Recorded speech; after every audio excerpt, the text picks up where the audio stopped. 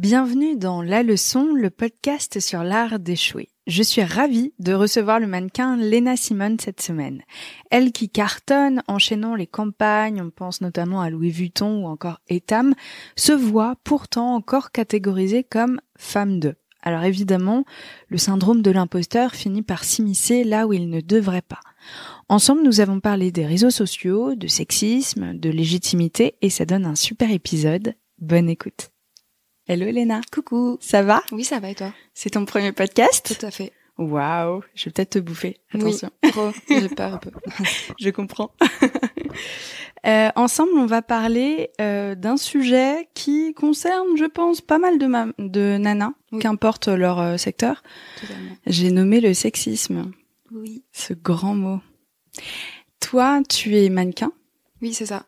Depuis 6 ans maintenant. Depuis 6 ans, et tu es arrivée à Paris un peu inconnue. Est-ce que tu peux me raconter les 2 premières années que tu as passées à Paris ? Du coup, moi, je viens du sud de la France, d'un petit village qui s'appelle Dégagnac. C'est dans le Lot, dans le sud-ouest, vers Toulouse, tout ça. Trop stylé. Et je suis arrivée à Paris parce que j'ai rencontré une amie maintenant qui est devenue aussi mon agent. Et du coup, je suis arrivée à 19 ans. T'avais jamais réfléchi à l'idée d'être mannequin, vraiment. toi ? Enfin, j'ai fait des études de photographie, et du coup j'avais des stages chez des photographes. Et à chaque fois, ils me prenaient en mannequin pour tester des trucs et tout. Du coup, eux-mêmes me disaient oui, tu devrais tenter et tout, mais pas plus que ça. Ok. Du coup, ouais, genre cette amie-là, du coup, me dit si tu veux, tu peux rencontrer des agences à Paris pour voir si ça marche. Du coup, je viens à Paris. Je crois que c'est la 2e fois dans ma vie que je viens à Paris. Waouh, impressionnant. Ouais, impressionnant, genre le métro, tout ça, enfin je connaissais pas vraiment. Et du coup je rencontre 2 agences ce jour-là, et dont une qui me plaît, enfin avec les agences ça se passe super bien, ça me donne envie et tout, c'est très impressionnant. Et moi à l'époque j'avais un copain à Montpellier. Ok. Du coup je vivais là-bas avec lui. Sauf que la condition... Déjà à 19 ans, mais toute bébé, un peu une quoi. erreur, mais bon, c'est comme ça qu'on apprend. Bah écoute, ça s'appelle la leçon, oui, a priori, tu vois. Et du coup, la seule condition de mon agence, c'était que je vienne à Paris à plein temps. Ok. Du coup, c'est un peu compliqué parce qu'en plus mon copain, il comprend pas, enfin actuellement, mon ex plutôt, comprend pas trop le mannequinat, tout ça. Et puis c'est assez soudain. Ouais, en c'est plus. très soudain. Du coup, c'est un peu, et je comprends aussi tout à fait, ça fasse un peu peur et tout. Je viens toutes les semaines à Paris et le week-end, je redescends à chaque fois à Montpellier. Ok. Et je vis du coup avec mon agent dans sa chambre pendant 6 mois. Genre, je dors dans son lit et tout, dans une coloc parisienne et tout. Et elle est sympa ton agent. Elle prend son taf très à cœur. Mais j'étais sa première mannequin en fait. On a démarré notre carrière ensemble. Je commence le mannequinat, tout se passe bien. C'est un peu compliqué. Je fais plein de castings. Enfin, le milieu est quand même très très spécial. Genre, même les castings, je me retrouve genre en bikini à des moments devant des hommes à danser la Macarena, des trucs. T'es sérieuse? Oui. Genre c'est un peu bizarre. C'est marrant, mais à la fois, genre, ça me met une boule au ventre constante parce que t'es là, ah oui, j'aimerais bien ce boulot et tout. Il y a la pression des agents et tout. Ouais, mais enfin, c'était un peu mal à l'aise aussi, je pense. Trop. J'ai jamais fait ça. Moi, je suis une grande timide de base en plus. Ça m'a aidé le mannequinat justement à m'affirmer, mais du coup, au début, c'est dur. Attends, t'as 19 ans, t'es en bikini devant des hommes d'une 50aine d'années et tu danses la Macarena. Oui. Excuse-moi, mes meufs qui ne le seraient pas. Ouais, j'ai quelques trucs comme ça très malaise où une pub pour une marque de glace où je suis avec du coup la glace entre les mains et le speech c'est je dois draguer un mec avec une glace et du coup et ça doit pas être sexy. Sauf que c'est très bizarre, je dois littéralement sucer une glace en faisant des petits regards face caméra, mais je dois pas être vulgaire et tout. Du coup, je comprends rien à ce qui m'arrive, tu vois, je suis là en mode, c'est quand même un milieu bizarre et tout, ce qu'on nous demande et tout. Et voilà. Qu'est-ce qui fait que tu continues à vouloir bosser dedans malgré ces moments-là? Qu'est-ce qui t'intéresse? Moi, mes parents, ils sont pas pauvres, mais ils sont une classe moyenne, ils travaillent dans des milieux sociaux et on n'a jamais eu vraiment trop d'argent. Du coup, là, c'est de l'argent tellement facile. Et surtout, moi, j'ai jamais voyagé. Genre, mon premier avion, c'était à 20 ans. Et du coup, je vois des lieux incroyables et tout. Ça, c'est fou. Et des rencontres aussi. Et alors, à ce moment-là, toi, tu connais pas grand monde à Paris. Non. Tu testes à 19 ans, 20 ans. Et 20 ans, à 20 ans, je rencontre mon copain, mon mari maintenant. Ton mari? Oui. Et qui s'appelle Romo Elvis, qui est rappeur. Et à l'époque, il était pas du tout connu non plus. Je le connais de l'école. Enfin, on a fait l'école ensemble en Belgique. J'ai fait une année là-bas de photo. Lui aussi faisait de la photo en fait. Ok. Et du coup, c'est le coup de foudre et tout. Je quitte mon copain à Montpellier et je commence ma relation avec lui. Et du coup, c'est trop intéressant parce qu'on a tous les deux une carrière dans l'image et tout. Et il me pousse trop, et moi je le pousse trop aussi. Et vous évoluez ensemble. Ouais, on évolue totalement ensemble. Sauf que lui, ça va tellement plus vite que moi et j'en suis totalement fière. Bien sûr. Et du coup, à un moment, je sais pas, je dois avoir 21. Ça fait déjà 1 an ou 1 an et demi qu'on est ensemble. Et je vois que moi je galère un peu, j'ai quelques petits tafs et tout, mais je vois que ça commence à aller mieux parce que je suis la copine de Roméo. Ah, tu le ressens? Oui, totalement. Et parce qu'on me veut, pour pouvoir faire de la pub, pouvoir donner des fringues à Roméo, pour tu vois, être entremetteuse entre les deux, tu vois. Du coup, au début, c'est cool parce que j'ai des opportunités que j'aurais peut-être pas eues, mais au final, je me bats depuis 2 ans sur Paris et c'est quand même assez compliqué que je travaille, que j'ai même changé d'agence entre-temps pour évoluer et puis t'es Léna Simone. Oui.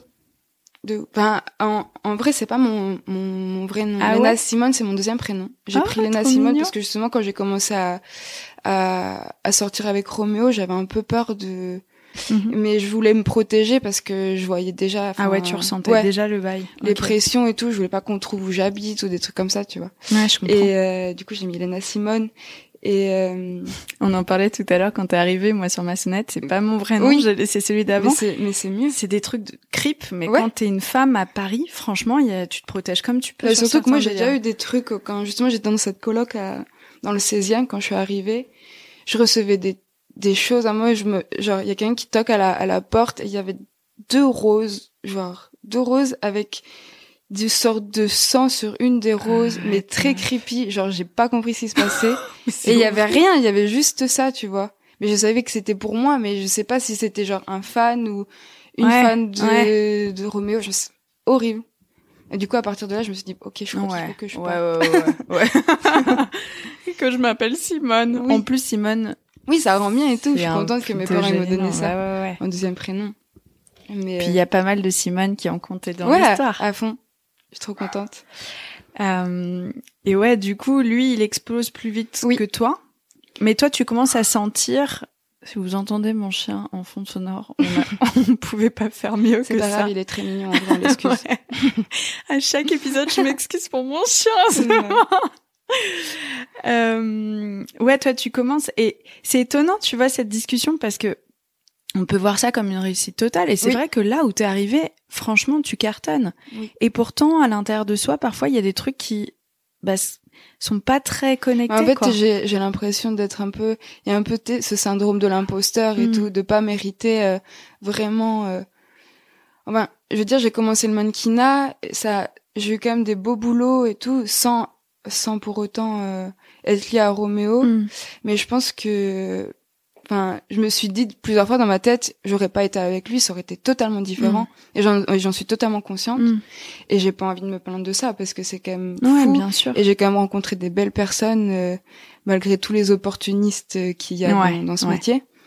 Mais je sais pas, c'est pas se sentir légitime et tout. Enfin, tout le temps, on a tout le temps des remises en question. Et ça te poursuit, je pense, et ça te colle. Même au stade où t'as plus besoin de te dire ça, mais oui. Mais surtout quand ça crée le doute, Roméo, au début, il me cachait, on se cachait beaucoup. Il montrait qu'il avait une copine, mais il montrait jamais ma tête. Tu vois. C'était ton choix? C'était tous les deux comme ça, tu vois. Du coup. Et pour quelle raison? Je pense un peu pour se protéger, enfin pour me protéger moi Et je sais pas, c'était aussi un jeu, c'était le début des réseaux, on va pas se mentir. Genre, moi, j'avais 300 followers. Lui, je me rappelle, quand il en a eu 10 000, c'était incroyable. J'étais, ouah, t'as 10 000 followers et tout. Et du coup, oui, genre, il y avait un peu ce truc qui me cachait, mais il mettait quand même des photos de moi. Du coup, les fans allaient chercher, ils me trouvaient, tu vois, quand même, ils me trouvaient. Wow, les gens sont forts. Oui. Du coup, ouais, il me cachait. Et à un moment, il a arrêté de me cacher, il me montrait vraiment. Et c'est là où j'ai totalement pull-up sur les réseaux. Et c'est là où il y a eu l'intérêt de, genre, je suis passée de mannequin à influenceuse. Ah ouais, moi, j'ai jamais voulu être influenceuse, vraiment. Okay. Et j'ai eu des articles, pas mal, où on me catégorisait de hit girl. Et du coup, c'était la hit girl du moment, la copine de Romeo Elvis. Et après, seulement, dans l'article, on voyait mon nom, Lena Simone et tout. Ça t'a fait plaisir au départ ou t'as tout de suite eu une sensation de malaise? Franchement, j'ai eu quand même, enfin, ça fait super plaisir parce que quand tu vois quand même des gros magazines, surtout à l'époque, moi je les feuilletais avec ma mère ou quoi, et voir qui parle de moi. Mais c'est juste après le contre-coup de voir. Il me rappelle aussi une fois, il y avait un article qui disait Lena Simone, accessoirement la copine de Romeo Elvis et tout. Un gros nom, un gros magazine. Ah ouais. Et je me suis dit non, je suis on s'en fout de ça en plus, tu vois, genre c'est pas genre le rap, il a jamais été dans la mode et là bref, ça m'a. Et puis il y a aussi ce truc quand même assez déroutant des magazines féminins qui te titrent tous la copine de Romeo Elvis. Les gars, on n'est pas passé à l'ère du féminisme, enfin juste une question, mais maintenant, genre mes agents ils vérifient toutes les questions avant, et s'il y a sur des questions sur Romeo, ça saute, ou alors vraiment une, mais très mignonne, mais genre avant c'était la moitié, c'était sur Romeo ou Angèle, enfin c'était que ça. Du coup t'es là, en fait vous êtes juste là pour gratter des infos sur la famille, mais en vrai et puis toi t'as l'impression qu'on s'intéresse, j'imagine, pas vraiment à toi. Non, trop, enfin oui. Mais déjà genre être influenceuse pour moi, je respecte ce terme, j'en connais, et elles font super bien leur boulot, mais moi je me sens pas du tout comme ça. On m'a catégorisée d'influenceuse. Oui, j'ai fait des posts sponsorisés de temps en temps, mais c'était à chaque fois parce que c'était des marques que j'aimais vraiment bien ou quoi. Mais comme tous les artistes. Oui. Mais en soi, moi, je me vois plus mannequin, et ma carrière, c'est celle-là que je veux. C'est pas influenceuse. Du coup, déjà de base, genre être catégorisée d'influenceuse plus Romeo Elvis, tout est faux, tu vois. Il y a tout à refaire en fait. Genre parce que il commence un article avec des informations totalement bancales et erronées. Du coup, c'est. Comment on se sent quand on a l'impression un petit peu qu'on passe à côté de nous, de qui on est vraiment, tu vois, parce que déjà c'est un métier particulier parce que on te juge sur ton physique. Oui. Romeo Elvis, il cartonne pas pour un physique, il cartonne pour une voix, pour. Oui, c'est ça qui est super dur. Après, moi, j'aime tellement pas me plaindre de voir. Oui, c'est pas l'idée. Mais j'en parlais avec une fille qui fait de la télé-réalité.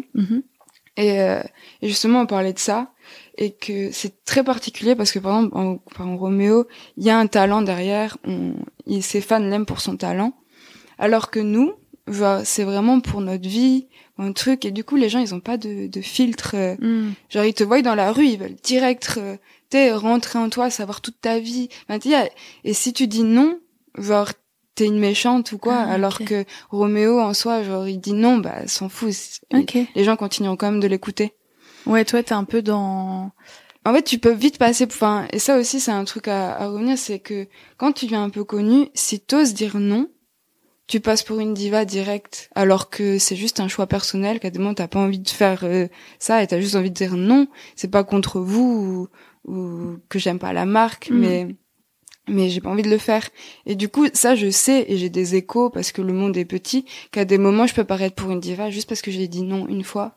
Et que t'es timide. Oui, en plus. On oublie, mais quand on est timide, c'est. T'es super maladroite et tout, du coup. Puis il y a les agents qui font le taf derrière. Toi, t'essayes de faire le moins possible, en soi. Tu te caches derrière eux. Et tant mieux. Sinon, moi, j'aurais dit et oui à tout le monde.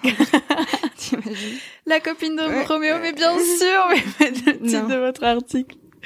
Comment tu le vis parce que vraiment, on s'était dit hors micro, l'idée, c'est pas du tout d'être en mode ouin-ouin, voilà, parce que tu le dis toi-même, c'est aussi une opportunité qui t'a permis d'avoir de gros taf. Totalement. Mais il y a une réflexion un peu plus à avoir sur le côté arrêtons peut-être ou réfléchissons autrement que mettre les nanas accolées à un homme, quoi. Oui, mais je pense que ça sera toujours un peu le cas, mais ça avance. Enfin, même maintenant, la preuve, je suis plus Lena Simone et on me connaît pour ce que je fais aussi. Mais oui, il y a une part de fierté parce que je suis quand même fière de Roméo et je suis fière d'être sa copine, mais sa femme. J'avais trop du mal à dire ça. mais oui, il y a cette envie de réussir par soi-même et de conquérir le monde de ses propres, enfin, je sais pas comment dire. Mais... Bah ouais, de ouf. Ça te donne encore plus la rage? Oui, totalement. Ça m'a donné plus et puis même, enfin, j'ai la chance d'avoir un homme avec qui je peux parler énormément de tout ça et tout, et du coup on se comprend, et même lui, il était là pour vivre ces moments-là, et genre dès qu'on dit copine de Roméo, il est là pour pointer du doigt et dire non, c'est Lena Simone, et voilà. Mais ouais, c'est hyper important d'être. Oui, c'est des deux côtés, d'un côté, mais tout ce côté tout d'un coup, ça y est, t'es influenceuse, ça y est, t'es nana 2, alors que toi t'étais arrivée à Paris pour être mannequin. Calmez-vous. Ça t'a donné envie de donner un petit peu aux gens et de réfléchir autrement ta vie, c'est ça? Bah en fait, c'est comme tu disais tout à l'heure, on n'a pas envie de partir dans le ouin-ouin et tout, et justement tu sais, ces moments de bad où tu te dis putain, mais c'est vraiment nul ce qui m'arrive. Et en fait, tu te dis mais c'est ridicule. En plus, c'est tellement superficiel, genre tout ce qui se passe. J'ai de la chance, j'ai un toit, je gagne beaucoup d'argent, je suis entourée de belles personnes, mais du coup, ouais, je me mettais à réfléchir, à me dire putain, je me perds dans ces pensées superficielles, et alors qu'à côté, genre, il y en a qui sont tellement dans le mal. Du coup, on m'a catégorisée comme influenceuse, et j'ai la chance d'avoir une grosse communauté, et je me suis dit bah vas-y, pourquoi pas qu'est-ce que j'en s'en fais, servir, quoi. À bon escient. Et du coup, ça a commencé avec une asso qui s'appelle Réseau Entourage, qui s'occupe de l'insertion des sans-abri via une application. Et en gros, le but, c'est tu sais, le move de s'engager, c'est super dur pour les gens. Même moi, le nombre de fois où je me suis dit vas-y, je vais m'engager, mais c'est dur, ça fait peur, des fois t'as pas assez de temps, et du coup ça fait peur. Et eux, leur but, c'est une application où t'as la map de Paris, et tu regardes, et en bas de chez toi, s'il y a quelqu'un dans le besoin qui a, je sais pas, même ça peut être prendre un café, ou j'ai besoin d'une paire de chaussures pour ma fille, que des trucs comme ça. Tu peux venir en aide simplement, juste une fois, ponctuellement. Et du coup, j'ai trouvé ça ouf. Et je crois que c'est sûr. Et j'ai partagé du coup cet asso. C'est Réseau Entourage. Ouais, Réseau Entourage. Ouais, c'est un super concept. Et du coup, j'ai partagé sur Instagram. Et en te disant ça me coûte rien. Oui. Mais bien, j'utilise un peu cette communauté, quoi. Et du coup, l'asso a été trop touchée de ça, et je les ai rencontrés. Et de là, est venue l'idée de créer des actions ensemble. Et du coup, j'ai fait ma première collecte pour la journée des droits internationaux de la femme. C'était il y a 3 ans, je crois. Ouais, 3 ans. Et c'était une collecte de produits d'hygiène pour les femmes sans abri, parce que elles sont tellement elles sont nombreuses, mais on n'en parle pas beaucoup. Elles sont tellement cachées tout le temps. Les pauvres, il y a le double de violence quand on a une femme dans la rue. C'est terrible. Horrible. Et du coup, on a décidé de faire cette collecte, et ça a super bien marché. Enfin, je m'y attendais pas autant, en fait, de voir autant d'engouement. Et je me suis dit, ok, en fait, on va partir dans ça. Et même cette sensation d'avoir fait ça, le lendemain, après la collecte, de voir des gens heureuses, des femmes et tout, parce que du coup, on était direct dans un foyer qui s'appelle la maison des femmes, la maison de la femme, je crois. Et du coup, je voyais directement ces femmes avec le maquillage trop heureuses, et je me suis dit mais en fait c'est ça la vie. Et je pense que ça a compensé mon mal-être d'être dans ce côté trop superficiel, de mettre des angoisses pour rien, alors qu'en vrai j'ai de la chance, et tant pis ce que pensent les autres, tu vois. C'est clair. Parfois, le succès, c'est aussi un peu déroutant, je pense. Oui, totalement. Parce que toi, tu l'as eu très très jeune. Oui. Et en plus, malgré moi, ça a jamais été mon goal de vie d'être connu. Je pense que on le veut un peu tous quand on est petite, en mode je serai à la télé ou des trucs comme ça. À la Starac, oui, pour moi. Ouais, c'est ça, à la limite. Mais je me suis jamais dit je veux faire ça, ou alors que je vois mon copain ou même sa sœur, genre c'était une vocation, tu vois, il le voulait. Dingue. Du coup, moi, ça m'arrive un peu par-dessus. Je suis trop contente, mais ouais, moi, je suis mal à l'aise dans des situations, même de me faire reconnaître et tout. Et moi, j'ai pas envie de me faire reconnaître. J'ai envie d'être chill en jogging, tu vois. Je pense que c'est pour ça qu'il y a pas mal de personnalités qui font de très très grosses dépressions. Oui, mais totalement. Parce que t'as envie d'une vie et puis tu l'as, et en fait, comme tu dis, c'est tellement superficiel et creux et pas le but de l'existence. Non, puis même sur le papier, les personnes non connues ont une vision des personnes connues, alors qu'en vrai c'est tellement genre bateau. On a exactement la même vie, sauf que c'est tellement plus chiant, parce que genre on peut pas sortir, on peut moins sortir, tout est contrôlé, genre le moindre truc que tu vas dire ça va être repris.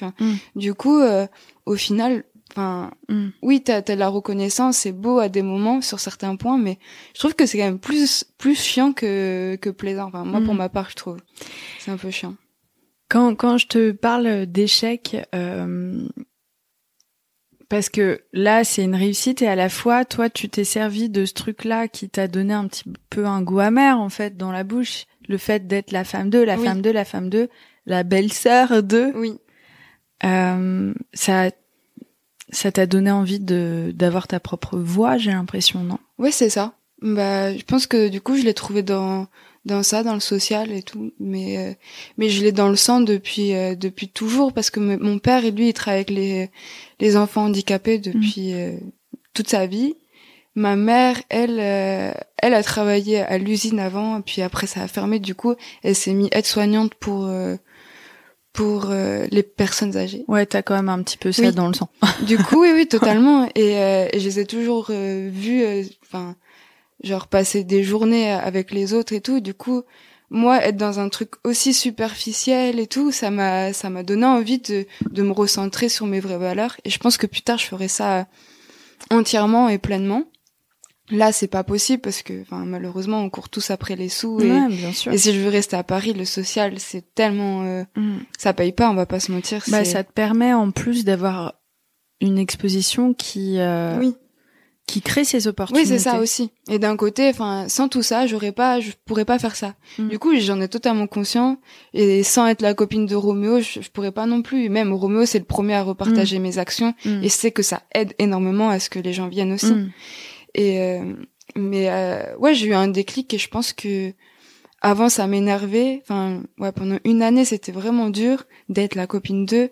Puis après j'en ai fait une force à me dire en fait l'humanité est faite comme ça, tout le monde pense comme ça, et je serai toujours la copine d'eux, mais je suis aussi Lena Simone. Et peut-être qu'un jour ce sera Roméo Elvis qui sera le mec de Lena Simone. Non, mais ça change. Déjà avant c'était Roméo Elvis, Angèle, la sœur de Roméo Elvis. Maintenant c'est Roméo Elvis, le frère de Angèle, tu vois. Allez, tu vois, ça change. C'est ouf, hein. Oui.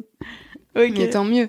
Ah ouais, carrément, ça fait du bien aussi de se dire ça. Oui. Ça me déprime toujours un petit peu quand je vois ce genre de choses, et ça me fait aussi de la peine, parce qu'on est tous des individus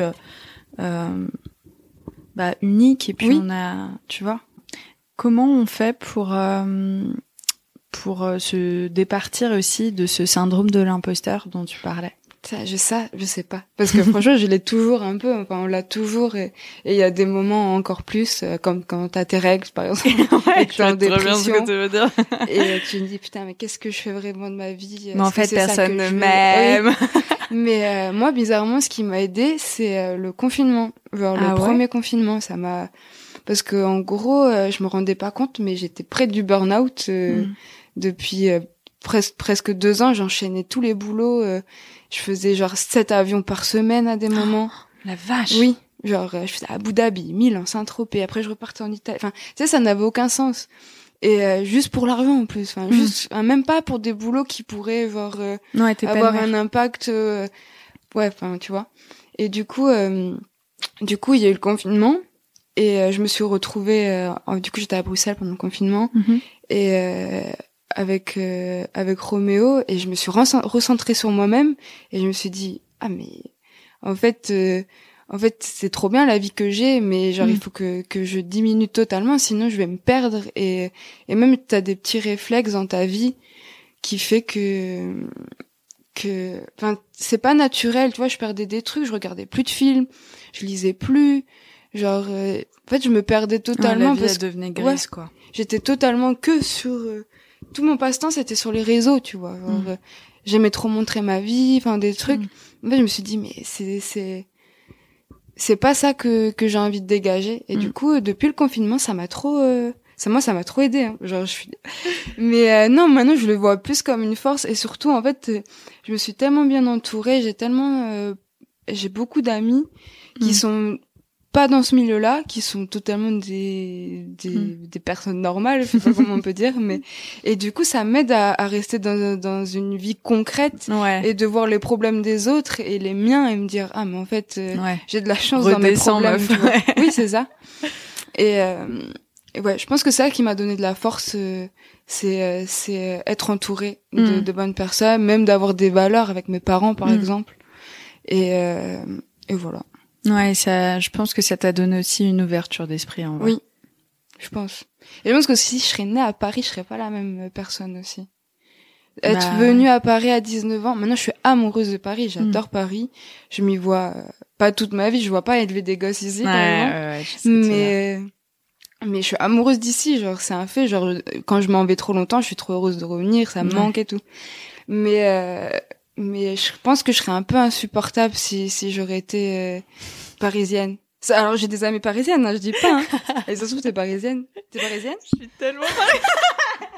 Mais non, mais non, mais alors, ouais, c'est juste un milieu je suis née à Paris jusqu'à l'âge de 5 ans, j'ai vécu dans cet appart. Non, ah ok. Mais maintenant, enfin, je suis nantaise, ma mère habite à Nantes, j'ai fait toute ma scolarité à Nantes. Trop bien. J'étais pas habillée tendance, j'avais pas de marque, enfin, oui. Tu vois, mais c'est peut-être un cliché un peu ce que je dis, mais en même temps, les gars, j'habite à Montmartre, donc nous, les Montmartrois, on a un petit peu un cliché aussi. Oui, un peu. Mais après, il y a des clichés partout. Mais même le cliché de la parisienne, tu vois. Mais je pense que, genre, ça m'a trop donné, pareil, parce que moi, je viens d'un bled, il y avait juste 2 magasins, ça s'appelait Style Eco et Chaussée A. Genre, et c'est là où je m'habillais. Même pas cash.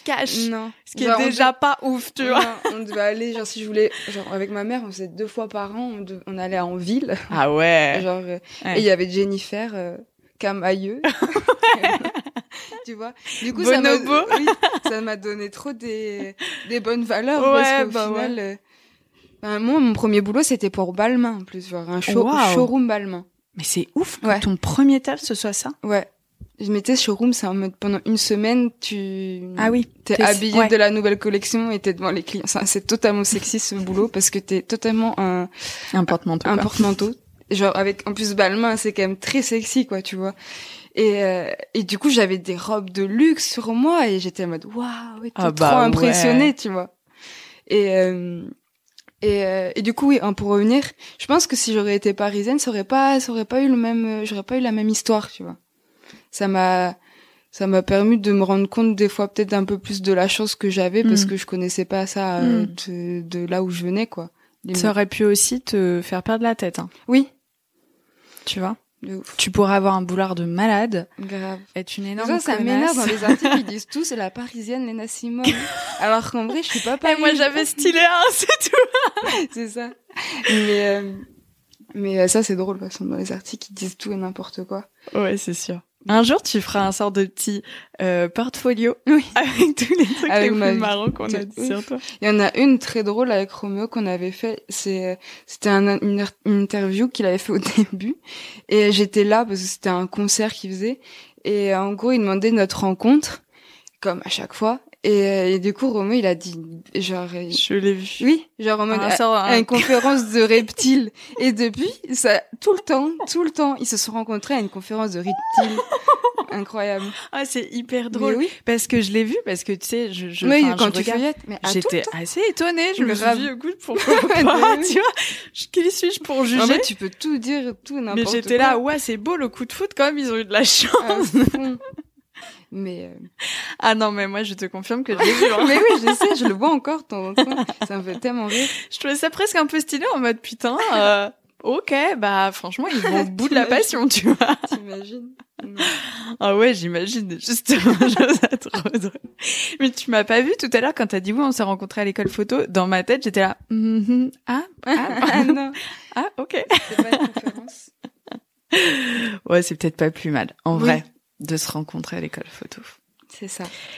Qu'est-ce que t'as envie de dire à cette jeune nana qui vient d'arriver à Paris, qui est en mode waouh, des étoiles plein les yeux et tout, parce que j'imagine ça. Aujourd'hui, on a décidé de parler de ça, mais en tant que mannequin, t'as vécu, j'imagine, beaucoup de castings ratés, de moments de stress. Oui. Qu'est-ce que t'as envie de lui dire?